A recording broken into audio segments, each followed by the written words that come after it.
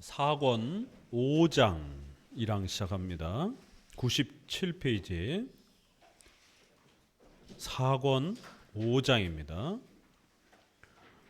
성경적인 교회 정치와 질서가 얼마나 중요한지 계속해서 소개하고 있고요. 성경에서 소개하고 있는 교회 정치는 장로 정치의 구조와 형태로 소개되고 있다는 것을 알 수가 있습니다. 이러한 장로 정치에서 멀어지게 될 때에 이제 로마 카톨릭과 같은 교황 정치, 1인 그러한 지배 정치가 결국 등장을 하게 되고, 또 거기에 대한 반대로 회중 정치가 어떤 권위도 인정하지 않는 이러한 민주주의적 다수결로 결정을 하려고 하는 극단적 자유와 평등을 강조하는 또 이러한 회중파 정치가 또 등장을 하게 되는 이제 이러한 교회의 부패, 교회 정치의 부패 역사들을 우리가 교회사를 통해서 이제 5장, 6장 계속 한번 또 살펴보는 것입니다. 특별히 개혁주의를 다니는 이러한 개혁교회를 다니는 성도들이 항상 시험에 드는 가장 대표적인 내용은 바로 이 정치 부분에서 시험에 많이 듭니다. 일반 교회는 교리 공부를 하지 않기 때문에 이런 어떤 교리 논쟁이라든가 이런 걸 가지고 싸우진 않아요. 그러니까 그들은 누구랑 더 친하고 누가 더 이렇게 인정을 받는가 이런 걸 가지고 이렇게 서로 파벌 싸움을 하고 이렇게 고통을 겪습니다. 교회가 어떤 설교를 이상한 설교를 해도 교회를 잘 안 떠납니다. 그런데 서로 친분 관계가 깨어지게 되면 또 교회를 옮기게 되는, 왜요? 교회를 커뮤니티 이러한 형태 교제 목적으로 교회를 많이 다니기 때문에 그렇습니다. 그런데 이제 개혁파 교회를 다니는 이러한 성도들은 열심히 교리 공부를 하고 성경 공부를 하다 보니까 이 성경의 교리를 가지고 논의하고 또 토론하다가 거기서 싸움이 벌어집니다. 그런데 큰 기본적인 이 7대 교리는 워낙 오래되어 있고 그건 명확하기 때문에 만약 삼위일체와 기독론을 부정하게 되면 이단이 돼버립니다. 그러니까 이제 그런 부분에 대해서는 웬만해서는 서로 조심해요. 특별한 핵심 교리 이 부분에 있어서는 그렇게 따라가려고 애를 씁니다. 그런데 세부적인 이제 좀 더 구체적인 그 교리를 펼쳐내는 이러한 교회 정치와 관련된 다양한 이러한 적용 부분에서 이제 서로 생각이 다를 때에 피터지게 싸우게 됩니다.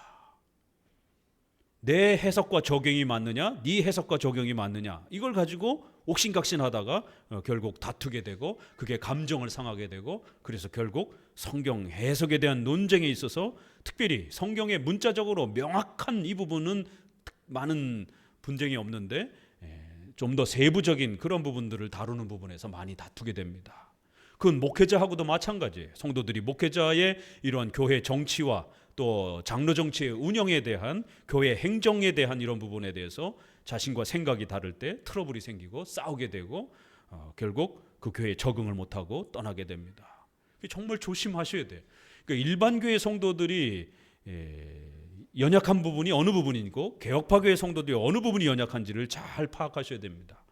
특별히 개혁파 교회에 다니는 분들은 이 부분에 대해서 장로 정치, 왜 하나님이 목사와 장로에게 권위를 주셔서 그들로 하여금 모든 교회 운영의 세부적인 교회 통치와 다스림의 행위를 하도록 맡겨주셨는가, 위탁된 권위를 맡겨주셨는가, 이걸 잘 이해하셔야 됩니다. 지금 우리가 4권 교회론을 배워가고 있습니다. 지금 한국교회는 90% 이상이 자기 주관적으로 신앙생활을 하던 회중파 방식의 독립파 방식이 워낙 오랫동안 습관이 되어서 내가 성경 해석하고 내가 판단하고 내가 교회를 분석하고 내가 옳다고 생각하면 맞는 거고 내가 틀리다고 생각하면 틀린 거예요. 객관적으로 보는 게 아니라 내가 싫으면 싫은 거고 내가 좋으면 좋은 거예요. 이런 주관적 신앙이 너무 지나치게 팽배해 있어서 지금 우리가 읽어가는 이 기독교 강요의 이런 권위, 권세, 장로교회 지도자들에게 맡겨진 통치, 다스림, 이런 개념이 굉장히 약해요. 낯설고 독재적이다, 권위주의적이다라고 자꾸 느끼게 되고, 그러나 성경은 이렇게 분명히 일정한 권세와 권위를 모든 성도들에게 준 게 아니라 일정한 교회의 대표자들에게 위탁해서 주셨다라는 거예요. 권세, 권위, 다스림이라고 하는 단어를 잘 생각하셔야 됩니다. 여러분 교회에 등록할 때 한마음교회의 치리와 관할에 복종하겠습니다라고 이렇게 마지막 서약을 하고 한마음교회에 등록을 하게 됩니다. 그런데 교회를 떠나는 대부분의 이유가 이 마지막 조항 때문이에요. 교회의 구체적인 행정과 이런 부분들을 어떻게 해야 될 것인가, 성례에 어떻게 참여를 할 것인가, 왜 날 보고 성례 참여하지 말라고 그러시는가, 왜 저 사람을 등록을 하는가, 왜 나를 리더를 안 시키는가, 왜 나를 교사에서 빼는가, 나는 이걸 하고 싶은데 왜 저 사람한테 맡기는가, 왜 나는 청소를 많이 시키는가, 왜 나는 식사 당번을 많이 시키는가, 이런 교회의 자잘구레한 이런 비본질적인 이런 많은 부분들에 있어서 이거는 교회 지도자들이 선택하고 결정을 해서 다스려야 되는 거예요. 오늘 설거지를 바꿨습니다. 특별히 우리 이렇게 전체 식사가 있을 때는 설거지 양이 많기 때문에 그래도 좀 여자 집사님들이 좀 하시도록 이렇게 바꿨습니다. 왜 나 이름이 없는데 왜 내 이름을 여기다 갖다 갑자기 목사님 바꾸시는가? 목사님 왜 자꾸 이랬다 저랬다 하는가? 이러시면 안 된다라는 거예요. 그걸 뭐 제가 일일이 의논을 해갖고 전화해서 설거지 좀 이번에 시켜도 되겠습니까? 이럴 수도 없잖아요. 이게.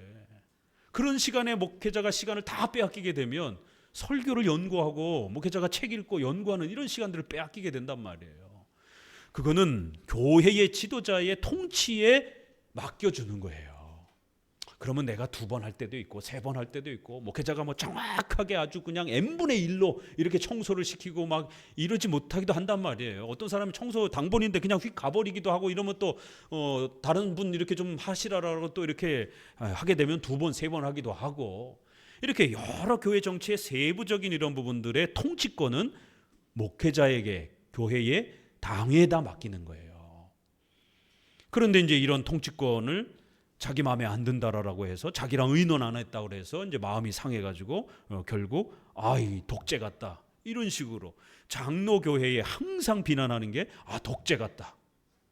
그러나 장로교회만큼 견제가 이렇게 철저한 데가 어디 있습니까? 솔직히 로마 교황 이번에 이제 우리가 5장, 6장, 7장은 이런 소중한 장로 정치가 로마 카톨릭 때문에 교황 제도 때문에 얼마나 많이 망가졌는지를 이제 보게 될 겁니다. 재미있는 사실은 이번에 이제 로마 교황이 죽었기 때문에 뉴스를 통해서 교황의 그 미사, 장례 미사 장면이라든가 카톨릭이 저렇게 의식을 행하는구나. 카톨릭 방송 들어가지 않더라도 한번 보셔요. 뉴스를 통해서 나올 때. 저게 정말 도대체 기독교가 맞나? 얼마나 거칠애와 허례허식이 얼마나 화려한지. 뭐 미국 대통령 취임하는 것보다 장례식 치르는 것보다 곱절은 더 화려합니다. 그 옷 복장부터 하나 시작해가지고 추기경들 입는 옷 보세요. 오죽하면 우리 종교개혁자들이 요한계시록 우리 수요일날 할 때 그 붉은 이 색깔 적그리스도와 관련해서 교황의 이 붉은색, 그 다음에 말 4마리 비유할 때 흰말, 붉은말, 자줏빛, 청황색, 그럴 때 붉은말, 붉은색, 자줏빛, 보라색. 이번에 추기경들 나올 때 보셨죠? 일렬로 쫙 서가지고 무덤 관 내오는데 빨간 추기경 이 후드를 이렇게 가운을 입은 사람들이 쫙 서고, 또 그 뒤따라서 또 보라색 또 그 입은 사제들이 쫙 따르고, 그리고는 그 하얀 연기 내는 거를 또 쫙 연기를 뿌리고, 그리고는 키스하고 절하고, 얼마나 그 예식이 복잡한지. 오죽하면 우리 웨스트민스터 신앙 고백의 예배는 단순하게 해라라고. 단순성. 그렇다고 단순하다라고 해서 너무 경박하거나 예의가 없으면 안 된다라는 것이죠. 거룩성, 엄숙성. 그래서 우리 장로교회 예배는 단순해야 된다라는 거. 너무 복잡하면 안 된다라는 거예요. 성찬도 너무 복잡하면 안 된다라는 거예요. 간략한 예식, 그러나 엄숙하게 진행하라는 것이에요. 교황의 이런 허례허식과 1인 왕 대접을 받는, 황제 대접을 받는 사람이 죽은 거예요. 그러니까 어마어마한 그러한 그 격식들이, 그리고 또 다음 황제가 되기 위해서 콘클라베, 뭐 들어보지도 못했던 그 단어들을 이제 뉴스에서 듣잖아요.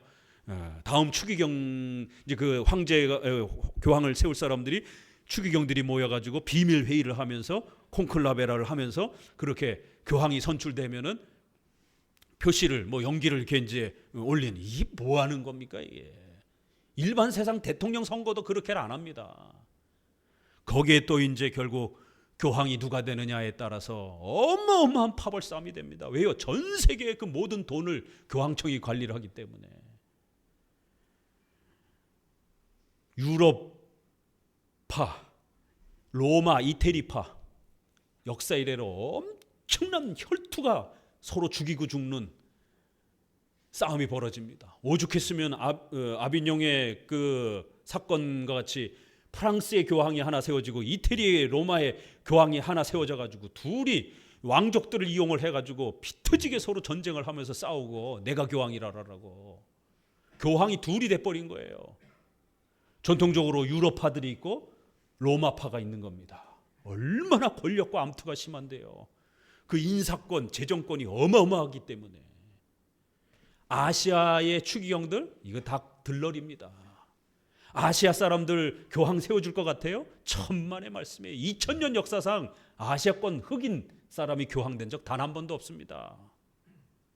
얼마나 민족주의적이고 얼마나 혈연주의적이고 얼마나 이기적인데, 무슨 교황이 겸손하고 무슨 그렇게 겉으로 그렇게 치장하는 이런 건 다 이건 치장인 겁니다. 이 세상 그 어떤 대통령도 왕도 가져보지 못한 최고의 권력과 독재권을 가진 사람이 교황입니다. 그 권력을 가지고 교회를 죽이는 거예요. 그래서 교황을 적그리스도라라고 우리 신앙고백에서는 비판한 겁니다. 이런 무지막지한 권력을, 그래서 모든 왕들이 교황이 인정해줘야만이 왕이 되는 거예요. 그래서 프랑스, 영국, 스페인 수많은 왕들이 돈 싸들고 와서 교황에게 자기 왕위를 인정해달라고. 그래서 십자군 전쟁 같은 거를 교황이 시키는 겁니다. 저 예루살렘 거룩 성지니까 탈환하라라고. 이번엔 니네 영국 왕이 가서 싸워라. 이번엔 프랑스 왕이 가서 싸워라. 300년 동안을 교황의 명령 아래에서 왕들을 발 아래다 놓고 유럽의 모든 왕들을 교황이 통제를 하는 거예요. 그래서 황제라는 겁니다. 황제. 왕도 아니고. 이런 독재권을 행사를 하는 것이, 이런 1인 지배, 거의 신대접을 받는 겁니다. 왜 이렇게 사람들이 떠받드는가? 거반 신이기 때문에 그래요. 결국 장로 제도가, 교황 제도가 들어서면서 이렇게 타락하고 망가지게 됐다라는 거예요.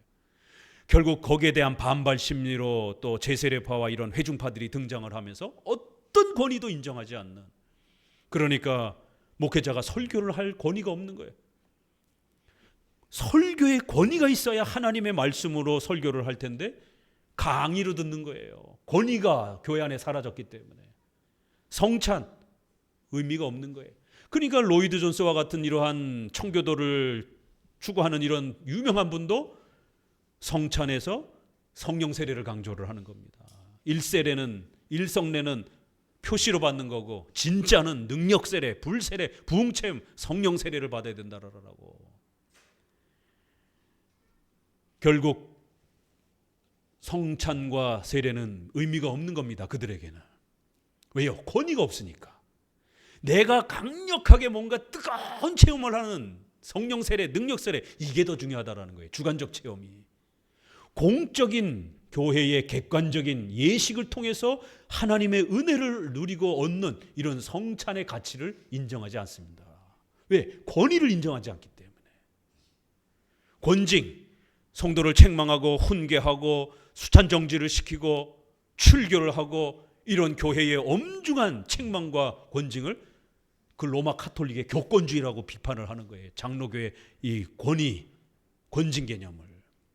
왜요? 그들은 권위를 싫어하기 때문에. 왜 당신이 나를 야단쳐? 우리 성도들 다 같이 투표해가지고 야단칠지 말지 결정해 봅시다. 내 가족들하고 내 지인들이 많으면 절대로 그 사람은 징계 못합니다. 그렇겠죠? 네, 지인들이 많아요. 다수결 해봅시다. 이번에 좀 약간 문제가 있는 것 같아요. 사업하는데 뇌물 받은 것 같아요. 우리 이 사람 징계합시다. 그런데 거기 지인들이 많아요. 징계할까요? 손 들어보세요. 자기 지인들은 손 하나도 안 드는 거죠. 파벌 싸움이 되는 거예요. 그렇기 때문에 장로 정치만이 그나마 더 그래도 견제가 되는 겁니다. 제가 예배 끝나고 또 노예 임원회가 있어서 또 이렇게 가봐야 됩니다. 이렇게 개교회에 원로 목사님들이 이제 이렇게 은퇴를 하고 새로 목사님을 청빙하면서 위임 목사를 세우려고 하는데, 이게 개교회가 어떤 절차를 거쳐서 노회와 이렇게 협의를 해야 되는지, 우리 장로교회는 개교회가 모든 걸 결정하지 못합니다. 반드시 이 요청 사항을 제시해서 노회에다 허락을 받아야 됩니다. 교회법에 맞아야 됩니다. 그런데 이게 우리 조직신학의 교회론이 있고 거기에 기초한 교회법이 있고 또 그 교회법에 의한 총회의 시행세칙이 있습니다. 국가에도 시행세칙이 있는 것처럼 또 그 시행세칙에 따라 노회의 시행세칙도 또 있어요. 거기도 없으면 노회와 총회에서 그 교단에서 관례적으로 행하는 또 관습법들이 있어요. 그 모든 것들을 총괄해서 질서를 잡아줘야 되는 거예요. 그러다 보니까 이거 전문가가 아닌 이상에는 개교회가 이거를 요청하다가 실수를 하는 거예요. 순서를 뒤집고 거꾸로 신청을 하고 이렇게 잘못 신청을 해가지고 반려가 되고, 그러다 보니까 이걸 어떻게 처리해 줘야 되는지. 그래서 끊임없이 제가 노회의 신학위원으로 있기 때문에 법을 관장하는 이러한 위치에 있기 때문에 조직신학자다 보니까 계속해서 이건 이렇게 해야 됩니다. 이건 우리 교회법 어디에, 또 이건 우리 시행세칙 어디에, 또 이건 우리에게 관례적으로 이거 이렇게 해야 맞습니다. 총회에서도 제가 신학위원회 활동을 하기 때문에 또 총회 조직신학교수로 있기 때문에 총회에서도 많은 그런 개교회에 이런 문제들이 올라오게 되면 이건 우리 법에 맞춰서 이렇게 해야 됩니다. 또 저는 신학 전문가이지만 실무적인 이 교회법을 운영하는 우리 교단의 법규위원회라고 하는 부서가 따로 있어요. 저는 주로 신학위에서 주로 활동하고 교수위원회에서 활동을 하는데, 법규위원회는 소위 말해서 총회의 많은 사건들을 경험해본 연장자들이 주로 계시는 거예요.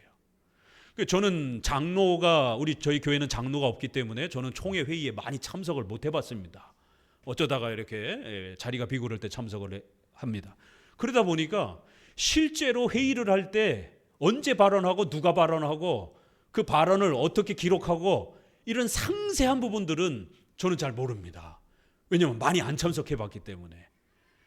그 현장에서 일어나는 그 자잘구레한 많은 부분들을 법에 맞춰서 어떻게 자잘못을 판단해주고 해석해줘야 되는지 그건 법규위원회들이 결정하는. 그래서 총회에서도요, 일반 목회자들은 그 분야의 전문가가 아니기 때문에 발언을 해놓고도 이 발언이 맞는 건지, 그러면 첫 번째 사람 발언한 거에 내가 반론을 제기했어요.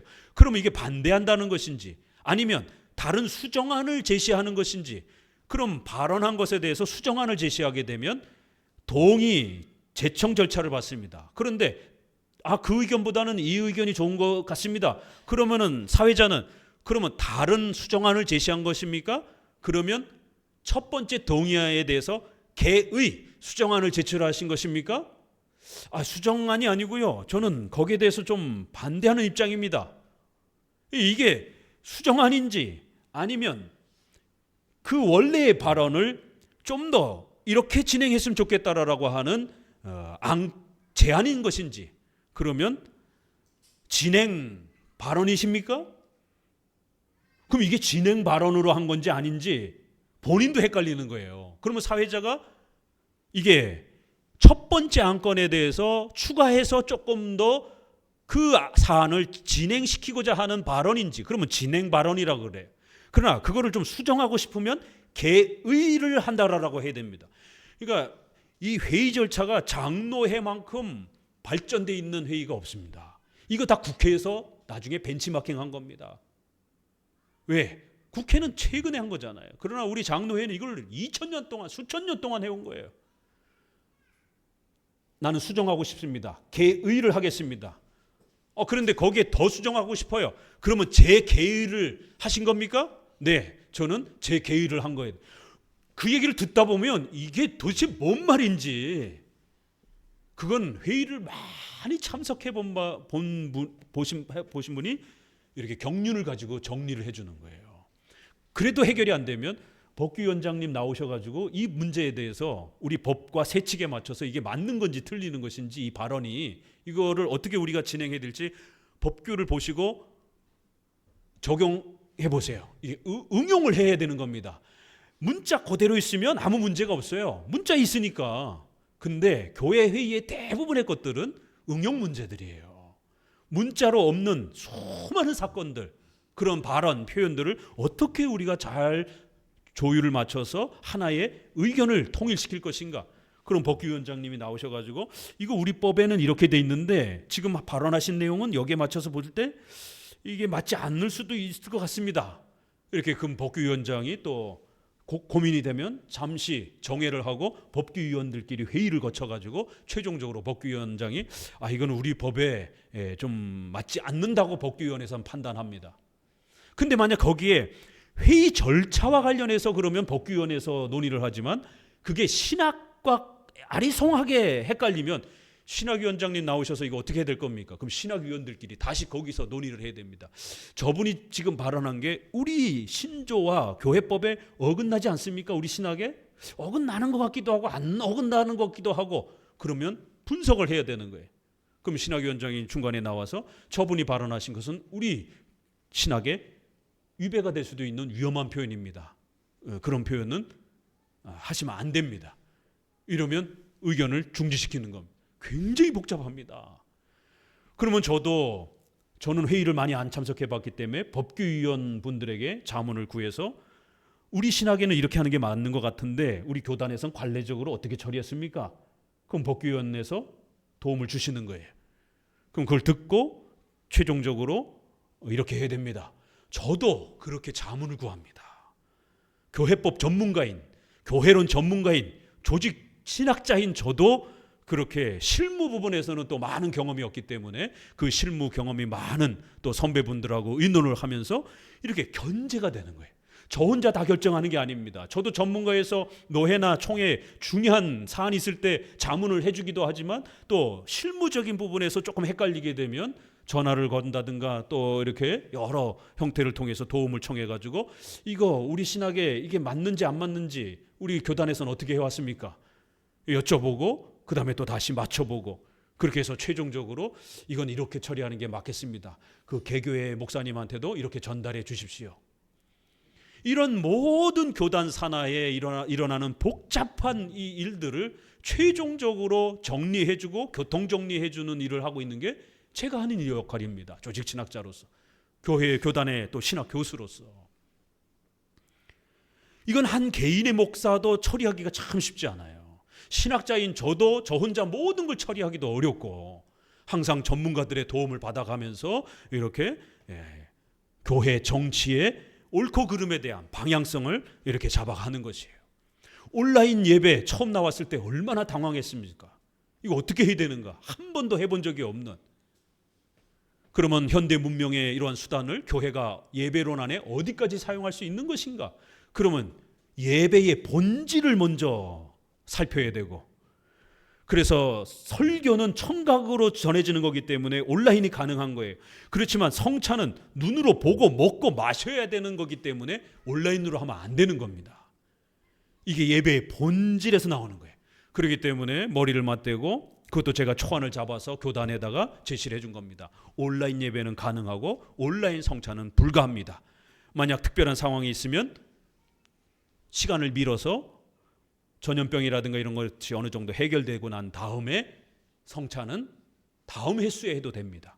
그러나 예배는 다음에 할 수가 없잖아요. 매주 해야 되니까. 그렇기 때문에 과학 도구를 이용해서 온라인 형태로라도 해야 됩니다. 북한이라든가 중국에 있는 사람들은 극동방송이라든가 이런 걸 통해서라도, 방송이라는 매체를 통해서라도 그분들은 설교를 듣습니다. 탈북민들이라든가 이런 분들 들어보게 되면 그 설교 듣다가 예수님 믿고 신자가 된 분들도 굉장히 많습니다. 우리나라의 제주도에 가게 되면 제주도에서 극동방송 그 전파를 쏘는 데가 있어요.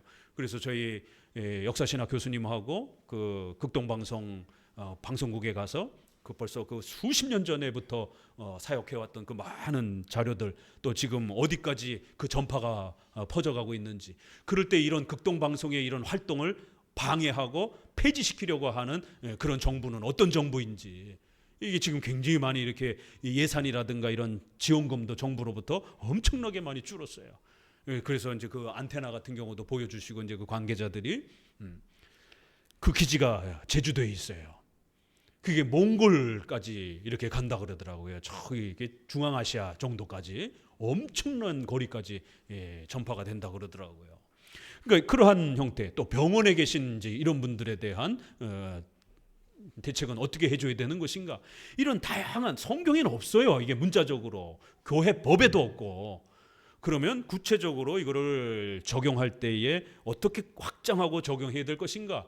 이거는 이제 신학 안에서, 또 법규위원 안에서 이렇게 여러 가지로, 또 장례가 발생이 됐을 때 장례식에 가서는 어떻게 해야 될 것인가? 합동 측에는 허나, 그 다음에 검은 옷, 하얀 옷 정도, 그 다음에 촛불, 향은 켜지 말고, 요 정도까지는 해놨어요. 근데 우리 대신교단에는 그거조차도 없어요. 그럼 이거는 타교단의 장례식에 이런 부분들, 적어도 보수 장로교에서는 장례식에서는 어떻게 하는가, 어디까지는 허용하고 어디까지는 허락하지 않는가, 이런 것들을 최종적으로 분석하고 살펴서 우리 성도들이 조문을 갈 때 어떤 용어를 쓰도록 또 이렇게 해줘야 되는가. 명복을 빕니다. 이건 불교 용어이기 때문에 조금 조심해야 됩니다. 좋은 세상에 가서 이렇게 이런 좀 그 기원 형태가 있어요. 명복이라는 말이. 그래서 하나님의 위로가 있기를 바랍니다. 또 조의를 표합니다. 뭐 요 정도. 이런 복잡한 이런 부분들을 교통 정리를 해줘야 된단 말이에요. 근데 그거를 내 생각하고 안 맞다라고 해서 목사님의 결정이 이상해. 나 안 맞아.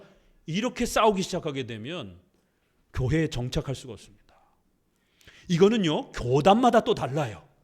그래서 저쪽 목사님한테 상담을 할 수도 없습니다. 이 교단에서 어떻게 하느냐가 또 중요하기 때문에. 고신에서는 고신의 또 구체적인 법률안들이 있고, 저희 대신교단은 또 대신교단 안에 또 그런 구체적인 또 사안들이 있어요. 통일되게 서로 비슷하게 가는 것도 있지만, 또 세부적 사항들에는 서로 다른 것들이 있습니다. 이렇게 교회 정치 부분에서 목회자와 또 당회와 내 생각이 다를 때 항상 조심하셔야 돼요. 통치권을 위탁했다라고 하는 것은 여러분의 생각과 좀 다르다 할지라도 그 교회의 통치와 다스림이 그 교단의 법을 벗어나지 않는다라면 신뢰하시는 거예요. 여러분이 그거 다 할 수도 없잖아요. 일반 목사님들도 그거 다 할 수가 없어요. 전문가가 아니기 때문에. 전문가인 저와 같은 그런 몇몇 신학자들도 자기 분야가 아닌 부분에 대해서도 이렇게 도움을 청하게 가면서 서로 견제를 하면서 이렇게 결정을 내리고, 교회가 어떻게 가야 될지, 코로나 시절에는 또 어떻게 해야 될지, 또 지금 이런 대한민국의 비상시국에는 또 어떻게 해야 될지, 이런 여러 가지 정치 문제, 의료 문제, 또 교육 문제, 경제 문제, 이런 모든 부분들에 대해서 당회가, 노회가, 총회가 이 굵직한 문제들을 방향을 잡아주는 겁니다. 왜요? 이건 성경 어디에도 없고 교회법 어디에도 없기 때문에. 이것은 문자적 해석, 추론적 해석, 그 다음에 마지막 양심적 해석이라고 하는 방식으로 이루어지는 겁니다. 그래서 그 교단의 대표들이 양심적으로 성경에 벗어나지 않는 범위 내에서 그 시대의 상식과 이성적인 합리적인 수준에서 도덕적인 그러한 규범을 벗어나지 않는 범위 내에서 우리 성도들을 도울 수 있는 그러한 규범과 규칙을 그때그때 제시해 주는 겁니다. 그래야 안전한 거예요. 그래야 상식적이고 합리적인 거예요. 어느 한 개인이 결정한다고 해봅시다. 교황이 다 결정하는 거예요, 그거를. 그럼 실수가 나오잖아요. 또 다수결로 한다고 해봅시다. 파벌이 일어나는 거예요.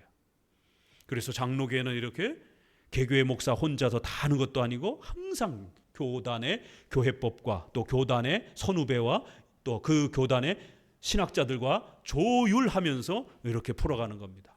그래서 이제 은퇴하시는 두 교회가 있는데 이 위임 목사를 어떻게 처리해야 될지 몰라가지고 이렇게 법적인 서류를 제출하다가 꼬여가지고 이거를 이제 가서 풀어주러 저녁 때 가야 돼요.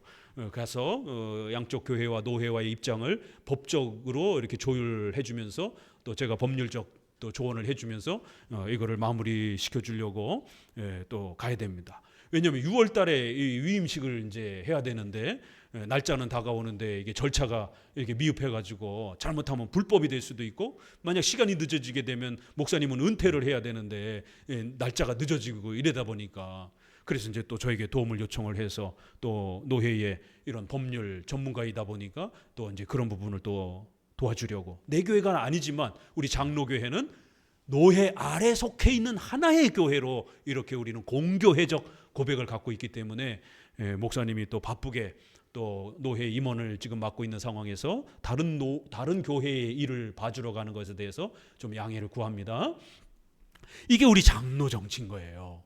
우리가 어려울 때는 우리도 도움을 받고, 또 다른 교회가 어려움을 겪고 있으면 또 우리가 도와주러 가야 되기도 하고. 근데 이제 500년을, 어거스틴이 400년까지 살았기 때문에 어거스틴 이후부터 500년을 들어서면서 권력 암투가 벌어지면서 권력을 독차지하기 시작하면서 결국 교황제도라는 형태가 구성이 됐고, 목사 위에, 사제들 위에 교황이라고 하는 감독권이 강화되기 시작하면서 결국 독점이 돼버리기 시작하면서 교황제도가 등장을 했고, 그리하여 장로제도라고 하는 이 견제적 장치가 완전히 파괴가 되어지는 이런 일이 벌어진 겁니다. 어떻게 파괴되어졌는지를 한번 봅시다. 이제 요거는 이제 남의 얘기니까 좀 간단하게 하고 넘어갈게요. 그렇지만 이들이 이렇게 교회 장로 정치를 망가뜨린 것은 오늘 우리 시대에 장로 정치를 싫어하는 성도들의, 교인들의 이러한 또 잘못된 인식에 비춰보게 되면 바로 로마 가톨릭이 실수했던 이런 실수들을 지금 한국 교회가, 장로 정치를 싫어하는 사람들이 똑같은 실수를 하는 겁니다. 장로 정치로 돌아와야 되는데 장로 정치 싫어가지고, 권위 싫어가지고 이렇게 독점을 한다든가, 또 아니면 극단적 평등과 자유를 강조하는 이런 형태로 망가진 형태의 하나의 샘플을 보는 거예요. 자, 전체적인 교황제도가 고대 교회 정치의 형태를 완전히 전복시켰다. 성경적인 장로 정치를 완전히 파괴시켜버렸다는 거예요. 어떻게 해요? 평신도에 투표 없이 무자격자를 임명하는 방식으로. 우리 장로 정치는 반드시 교회의 지도자들에게 권위가 위탁되었고, 그 권위자들은 그 권세를 시행할 때 독재적으로 하는 게 아니라 반드시 성도들의 찬성, 성도들의 동의를 얻는 방식으로, 성도들이 참여하는 방식으로 서로 조화를 맞추는 방식이라 그랬죠. 그래서 장로 정치에도 보세요. 신학의 전문가인 목사가 그걸 다 할 수 있는데도 불구하고 평신도의 대표인 장로에게 참여권을 준 겁니다. 이것 자체가 엄청난 파격적인 놀라움입니다. 세상에 어느 권력이 권력을 나누려고 합니까? 조선시대의 우리 왕조 권력도 자식하고도 안 나누려고 해요. 자식도 죽입니다. 아버지 권력을 넘보면. 종교 권력, 세상 권력, 어떤 권력이든지 한번 차지하게 되면 안 놓으려고 하는 게 인간의 본성이에요. 왜? 권력은 무시무시한 맛이 있거든요. 사람들을 지배하는 맛이 있거든요. 그렇기 때문에 이 권력에 한번 빠지게 되면 절대로 안 내놓습니다. 그런데 우리 장로교는 종교적 권력을 성도에게 나눠주라는 거예요. 다 줄 수는 없으니까 그들의 대표자에게 권력에 참여할 수 있는 기회를 마련해 준 겁니다. 그래서 목사와 장로가 균형 있게 통치권을 행사를 하는 거예요. 이것 자체가 벌써 어마어마한 놀라움인 겁니다. 양보를 해준 거예요. 교황은 절대적 권력을 양보 안 하잖아요. 이렇게 평신도들의 참여를 무참히 짓밟았다라는 거예요. 자, 1항 감독직에 필요한 자격을 무시했다. 두 번째 단락부터 읽어봅니다. 어떤 종류의 사람들이 어떤 방법으로?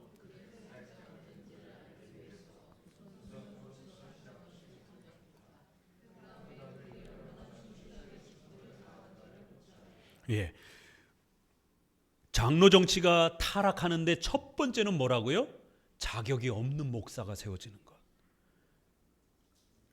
500년 전 글인데 오늘 우리 시대에다 적용해도 여전히 장로교회가 파괴가 된 원인이 밝혀지잖아요. 그렇죠?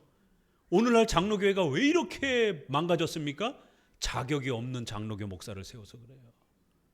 히브리어 헬라어 할 줄 모르는 목사, 성경을 강의할 줄 모르는 목사, 장로교의 7대 교리를 명확하게 설명하지 못하는 목사, 기독교 강요 소위리 문답 웨스민스터를 한 번도 읽어보지도 않은 목사를 장로교 목사로 세우는 거예요. 무자격자를 세우기 때문에 장로교를 등한시 여기고 장로교를 망가뜨리고 오히려 독재를 행사하고 오히려 교회 안에서 권력을 휘두르고 이런 일이 벌어지는 거예요. 자, 그러면 주교부터 한번 살펴보자라는 거예요. 우리가 카톨릭의 그 직분을 뭐 다 알 필요는 없어요. 그러나 대표적인 몇 가지만 한번 보자라는 거예요. 교황 제일 높죠? 그 다음에 추기경,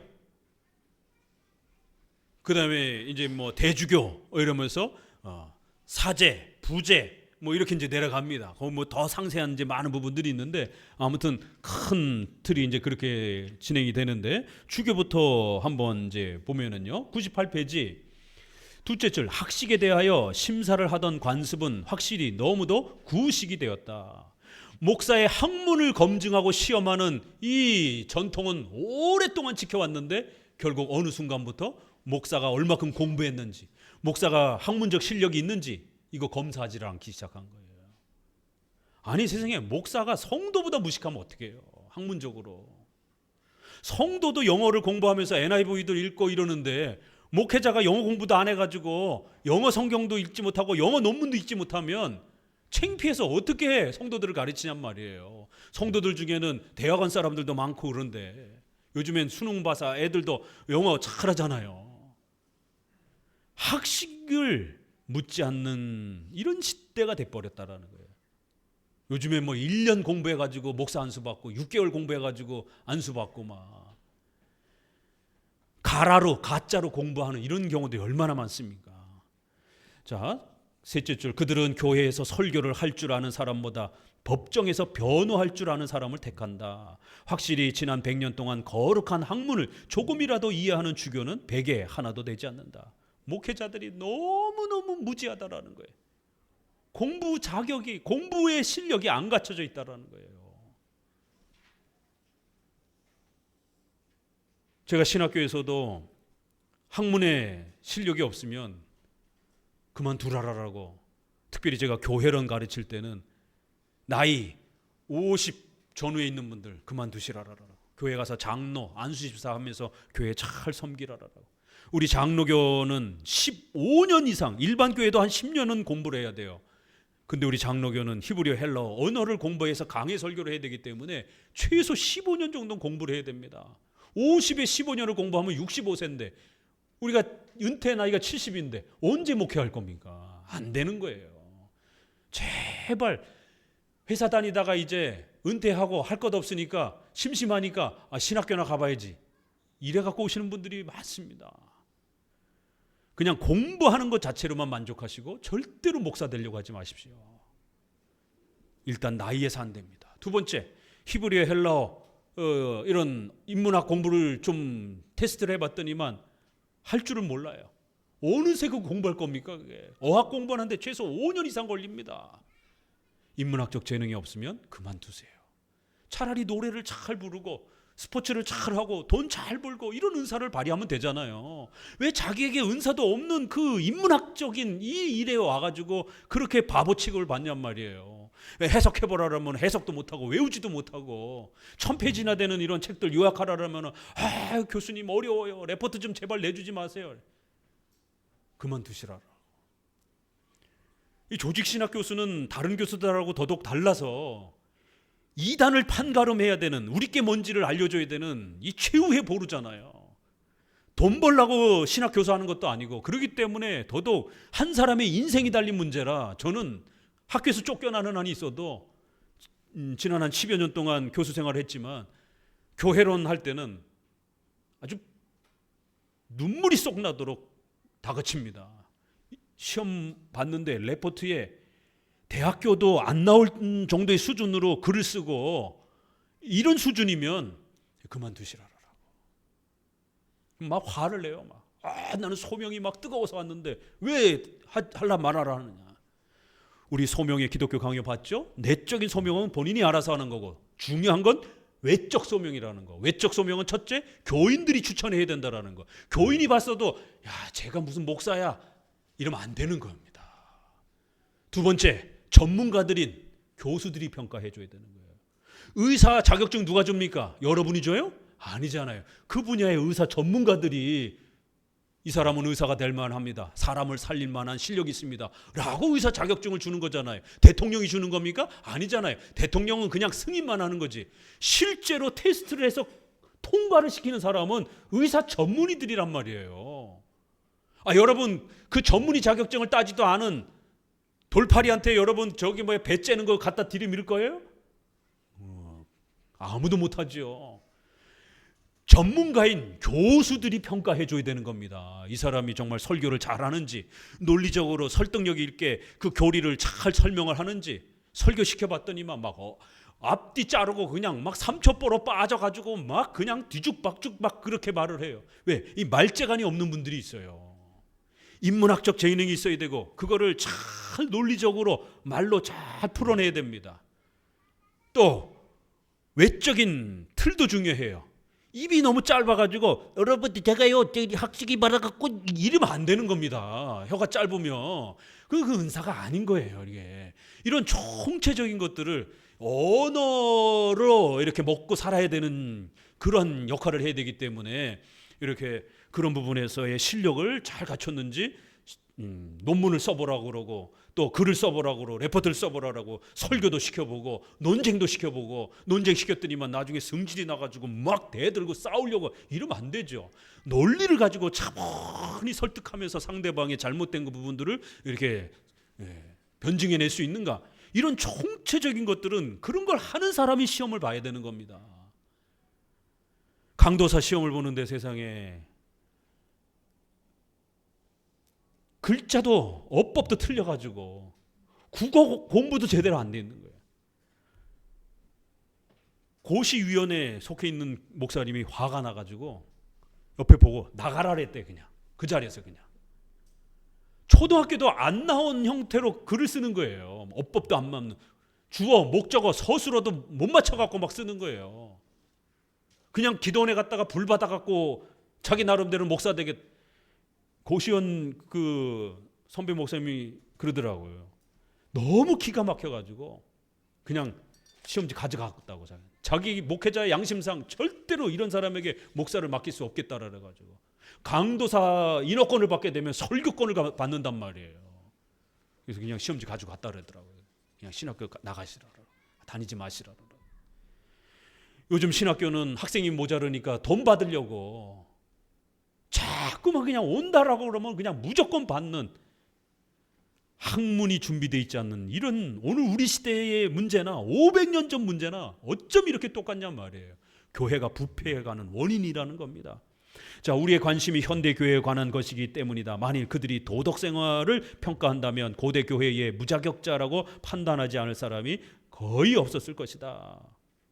이렇게 학문적인 부분에서나 또 생활면에서나 술고래가 아니면 음행하는 자였고 생활 품위도 아주 떨어지고 고대 교회법은 그런 사람을 감독해서 제외시켰다.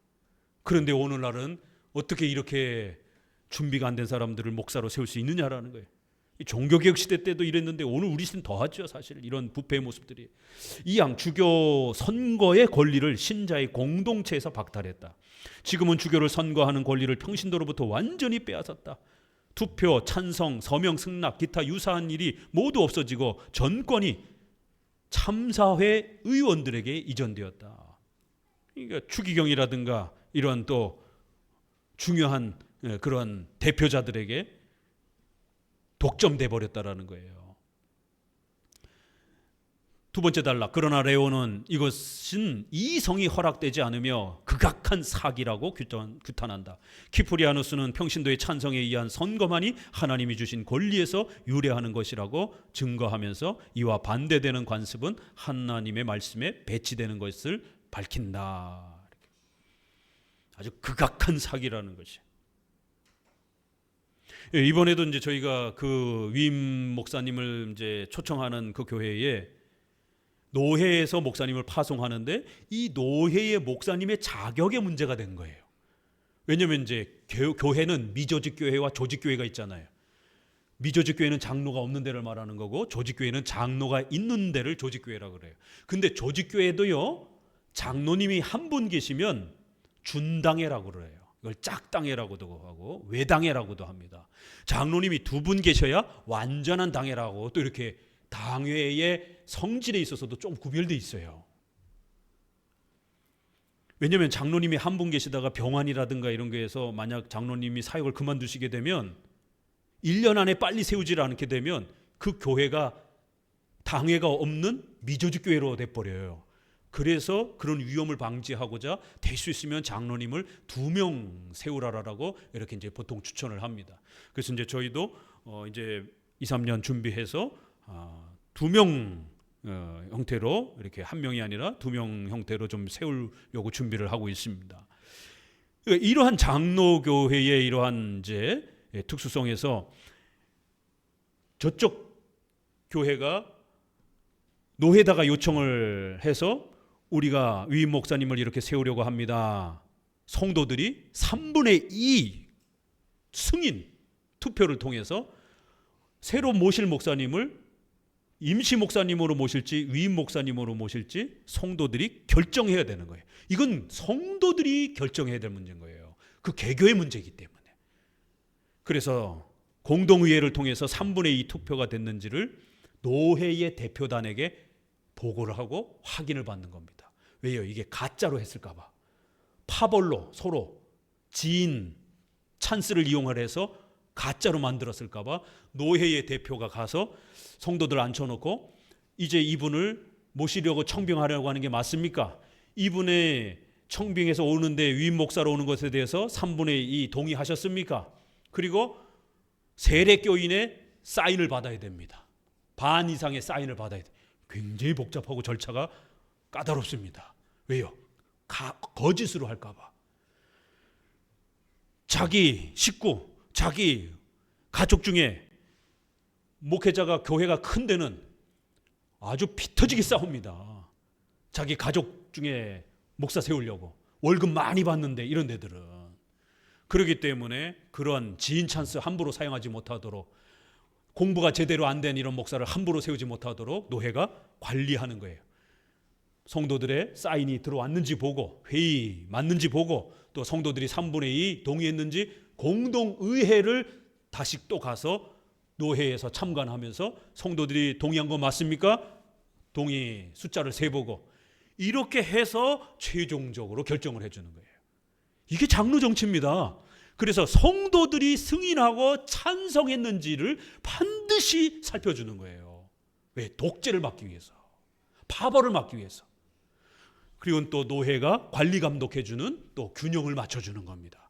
그러니까 지금 장로교에서 펼쳐지는 이 원리가, 이 키프리아너스라든가 레오라든가 초대 교부에 왜 이런 표현들을 하는가? 이게 바로 장로 정치 원리였기 때문에.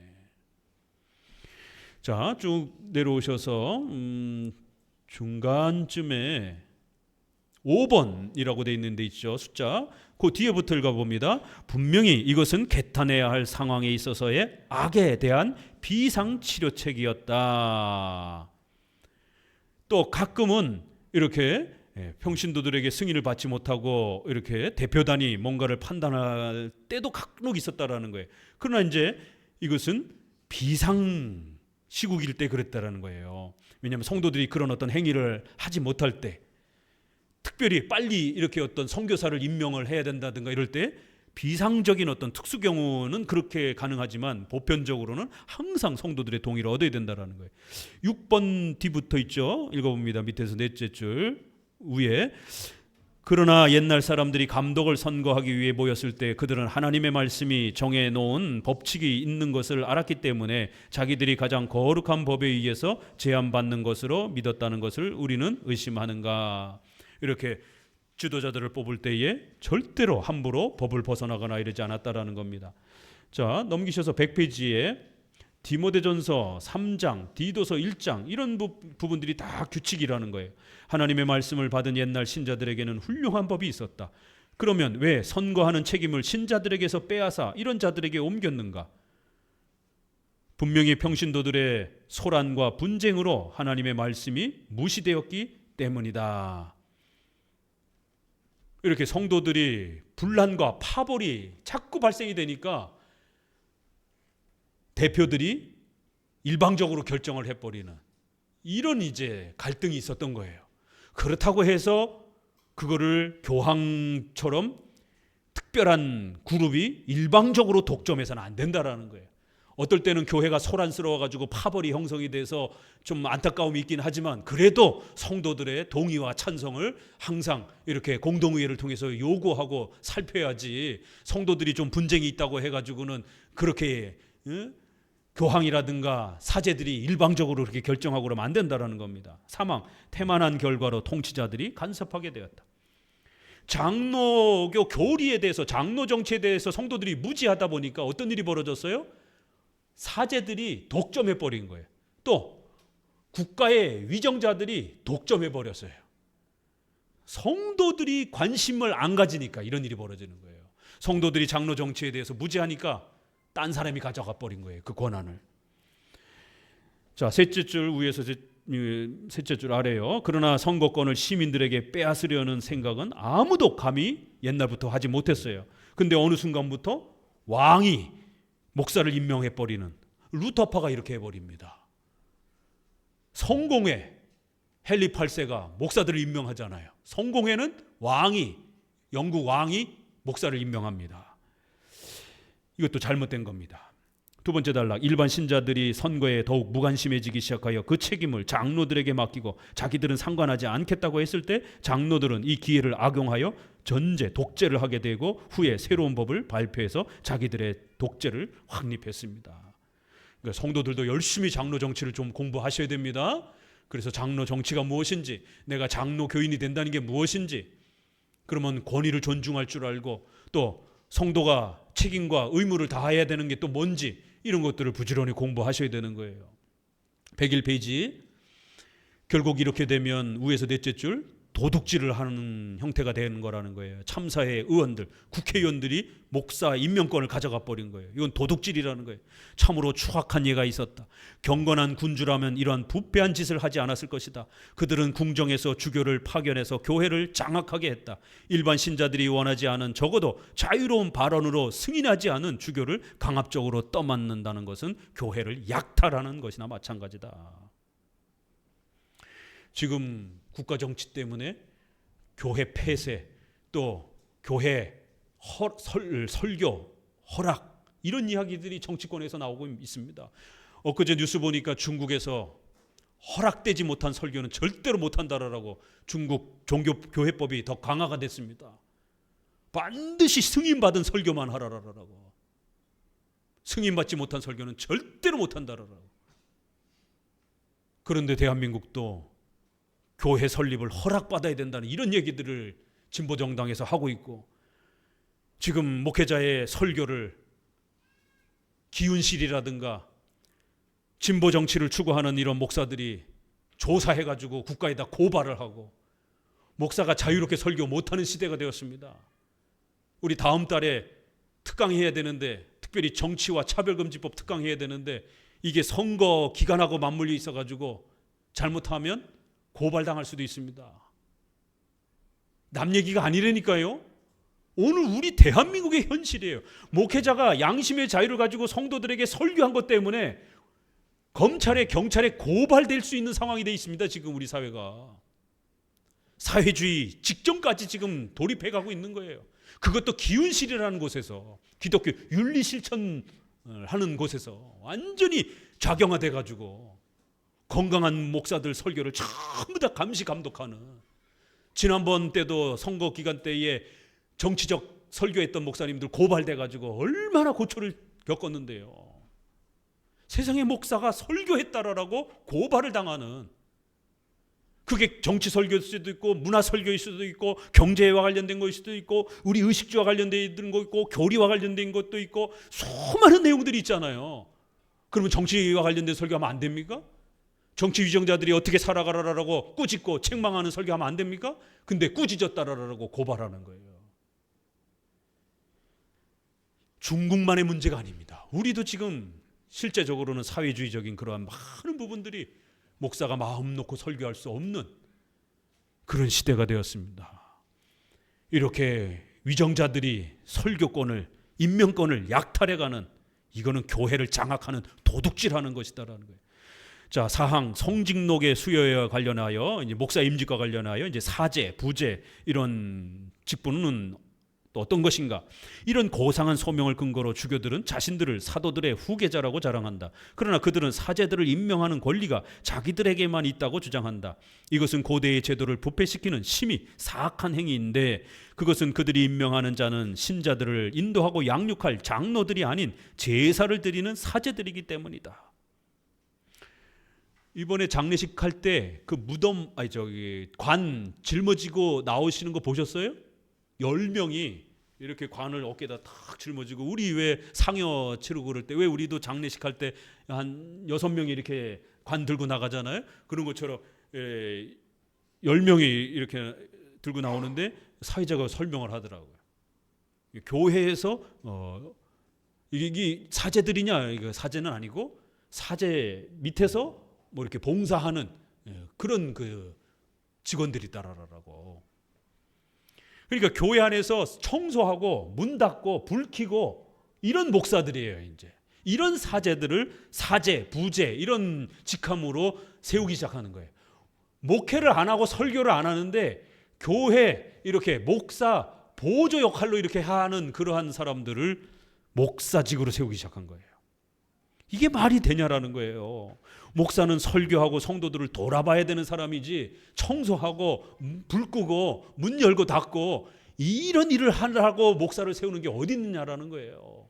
그러니까 가톨릭의 이러한 쓸데없는 직분들을 비판하는 겁니다. 오늘날은 어때요? 설교하지 않는 목사들 많습니다. 찬양 목사. 무슨 찬양 목사가 다 있습니까? 목사는 설교하기 위해서 존재하는 거예요. 성도들을 돌보기 위해서 존재하는 겁니다. 그렇기 때문에 교회처가 없으면, 설교처가 없으면 목사 임명을 못 받습니다. 특별히 선교사만 제외하고. 선교사는 이제 나가야 되니까. 그리고 기관 목사, 병원이라든가 학교라든가 이런 특수 사역을 하는 분들은 임명을 받을 수 있어요. 그렇지만 90%는 현장 교회가 있어야 돼요. 개척을 하든 어떻게 하든. 지금도 우리 장로교법이 그렇습니다. 지금 이 기독교 강요의 설명이 장로교의 설명인 거예요.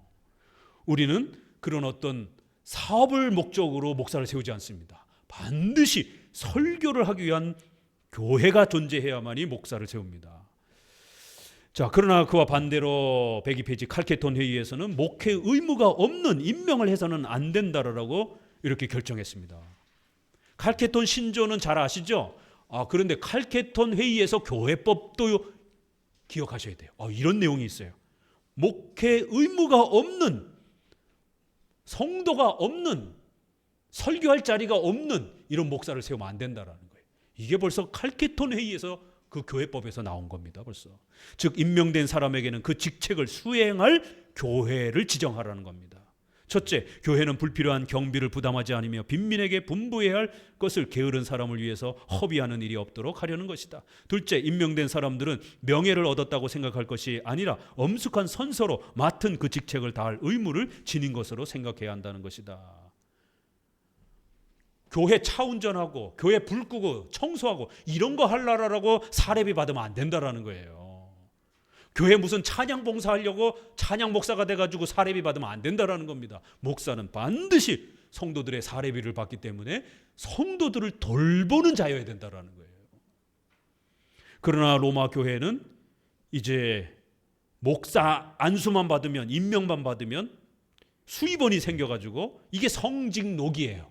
목사 월급권이에요, 이게. 그래서 그걸 성직록이라 그러는 거예요. 사제 임명을 받게 되면 성직 취임 자격을 우선 생활 유지에 충분한 수입원으로 적용하기 시작했다.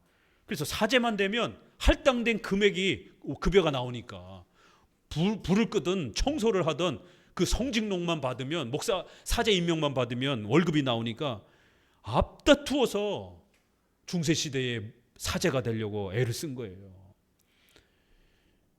결국 이 생활비 충당으로 이렇게 악용했다라는 거예요. 10번 고이 있는데 최근에 교회법에는 주교가 임지 없이 그냥 임명한 이들 성직자들의 생활을 돕는 것을 금했다.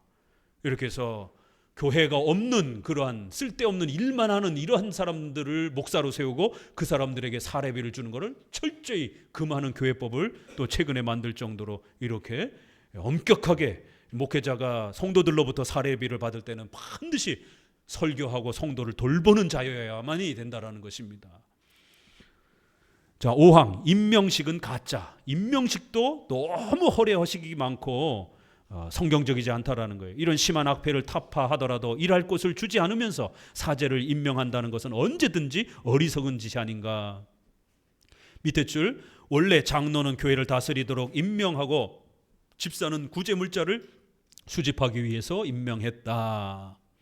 그 달랑 밑에서 셋째 줄 한번 봅시다. 그들의 의식은 유대교에서 온 것이거나 그렇지 않으면 그들이 생각해낸 것이므로 회피하는 것이 좋을 것이다. 이번에 장례미사 볼 때 구약의 제사장들 같죠, 그죠? 모자도 아주 얼마나 화려하고 옷도 뭐 2겹 3겹으로 그 다음에 또 지팡이도 또 얼마나 화려합니까? 그러면서 아주 걸음도 거룩하게 이렇게 걸으면서 구약의 제사장 흉내를 내는 거예요. 아니 목사 임직을 하는데 뭐 이렇게 화려하게 하고 세상 임금보다도 더 화려하고 이러면 어쩌자라는 거예요. 이게 유대교다운 흉내내는 모습이라는 거예요. 일반 신도들의 찬성을 물어보는 진정한 심사와 그들이 유지하는 그림자는 말할 것도 없이 그 밖에 필요한 일들에 대해서 그들은 아무 말도 하지 않는다. 옛 의식을 본받노라는 그들의 서투르고 얼빠진 흉내와 그 우스운 몸짓들은 나는 그림자라고 부른다. 아주 얼마나 호되게 책망을 합니까?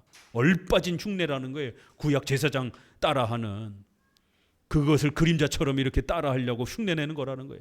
거기서 한 넷째 줄 아래 이런 질문뿐이다. 그들은 성경의 한 구절에 대해서도 그 뜻을 설명할 줄 몰라도 되기 때문이다. 그러나 이러한 유치한 초보 지식이 없더라도 돈이나 권력의 배경이 있으면 사제가 되는데 아무 지장이 없다.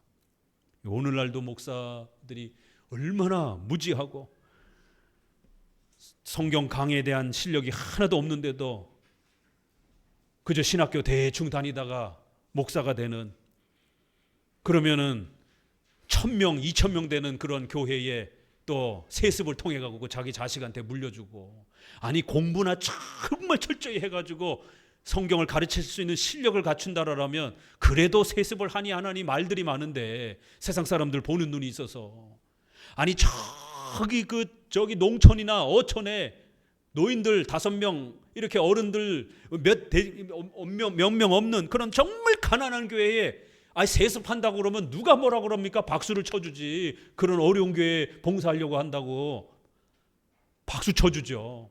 근데 대부분 다 서울에 그런 1000명 수천 명 이러한 교회를 자기 아들한테 그렇게 돈과 권력이 따라붙으니까 세습하는, 이게 문제가 되는 거예요. 교단법에서는 그걸 금지하고 있으니까 어떻게 하는지 아세요? 참 성도들한테 이거를 이야기하자니 창피하고, 또 기독교 강요에서 그런 교계의 이런 부패를 이야기하고 있으니 또 말을 안 할 수도 없고, 양해하고 들으세요. 참 이거 우리가 우리 얼굴에 침 뱉는 거지만 우리 스스로도 반성하고 어떻게 해야 교회가 개혁할지에 대해서 하나님께 기도해야 되는 겁니다.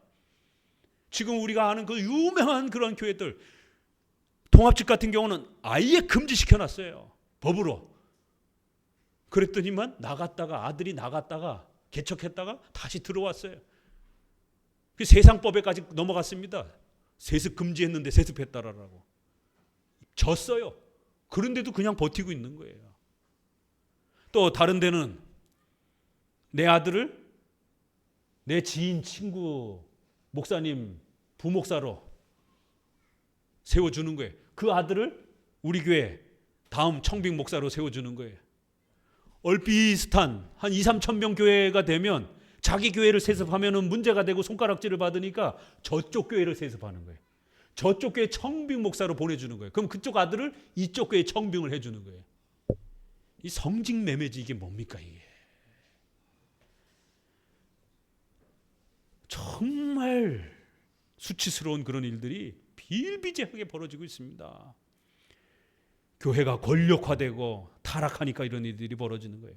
104페이지, 그들은 이러한 공공연한 모독 행위를 함으로써 뻔뻔스럽게 하나님과 사람들을 냉소하고 있지 않은가.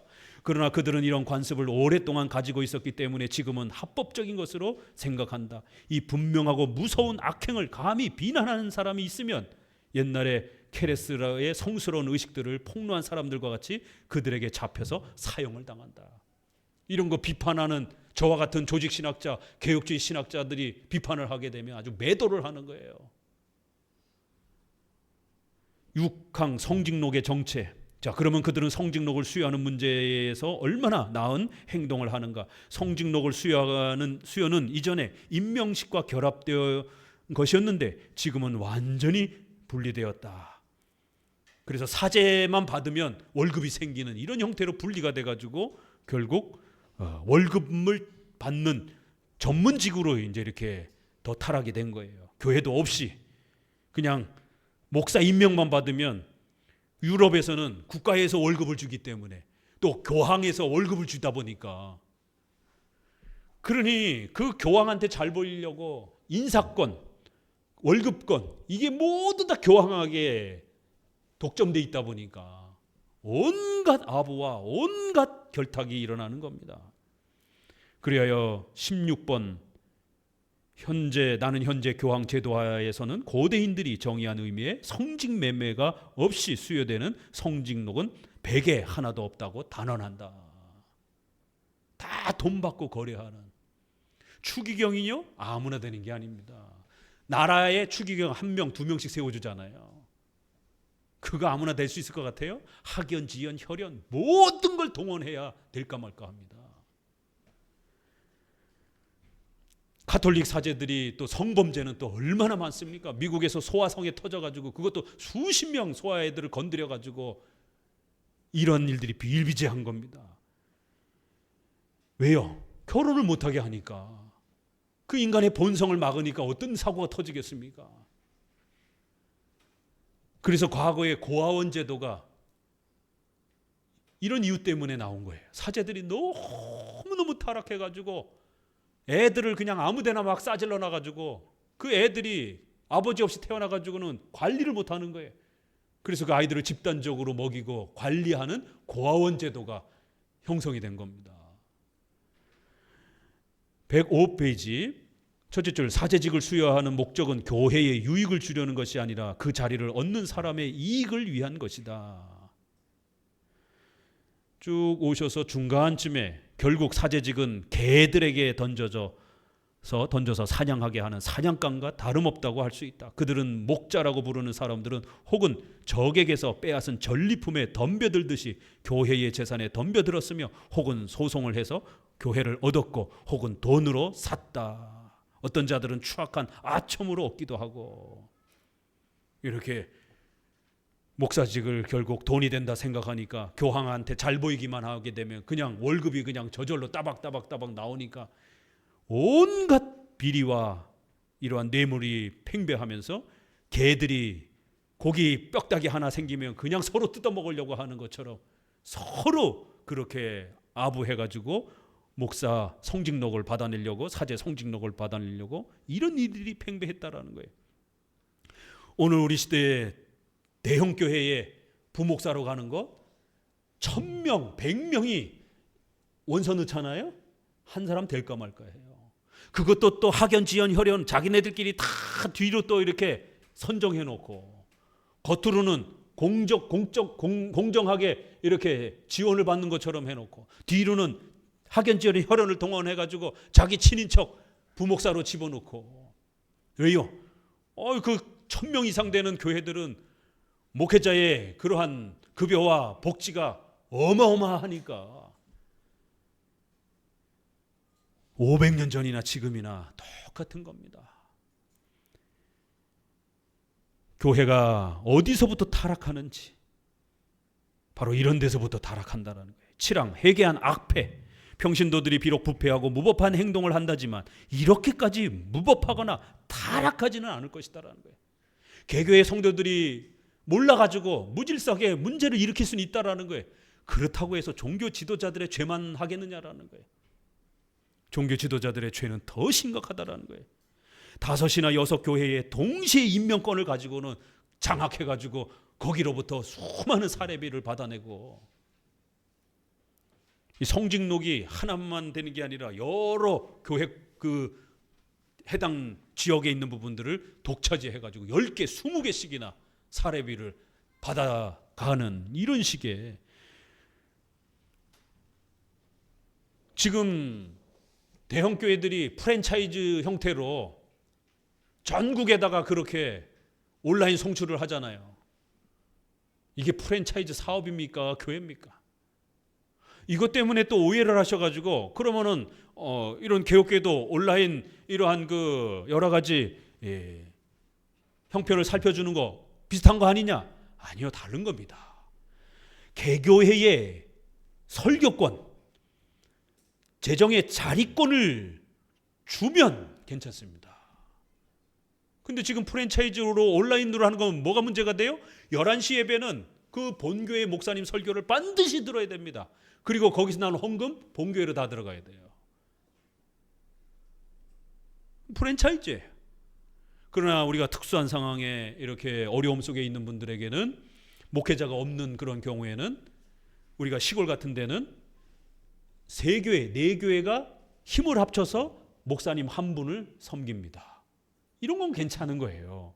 그러면 한 주씩 돌아가면서 순회하면서 돌봐주는 겁니다. 왜? 한 교회가 연약하기 때문에 목사님 사례비를 온전히 감당할 수가 없기 때문에 양보하는 거죠. 그래서 3, 4교회가 힘을 합쳐서 그렇게 하게 되면 설교도 순회하면서 하는 것이고, 그러다가 그 교회가 자립할 수 있는 능력이 생기게 되면 목회자를 청빙하도록 독립시켜 주는 거예요.